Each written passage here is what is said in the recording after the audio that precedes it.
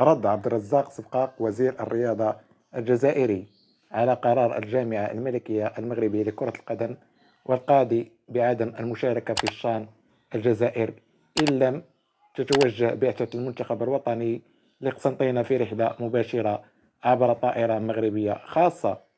وقال صبقاق في تصريح لبي إن سبورت: الجزائر تلقت طلبا من الاتحاد الإفريقي بشأن قرار الاتحاد المغربي الذي طالب بتوفير رحلة مباشرة إلى قسنطينة.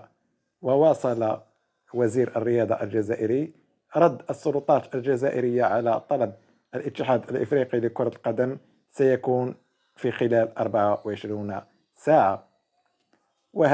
ويجب أن تنوي أن البطولة ستنطلق في 13 من يناير إلى حدود 4 من فبراير المقبلين، وتعرف تواجد المغرب في المجموعة الثالثة إلى جانب مدغشقر، السودان وغانا.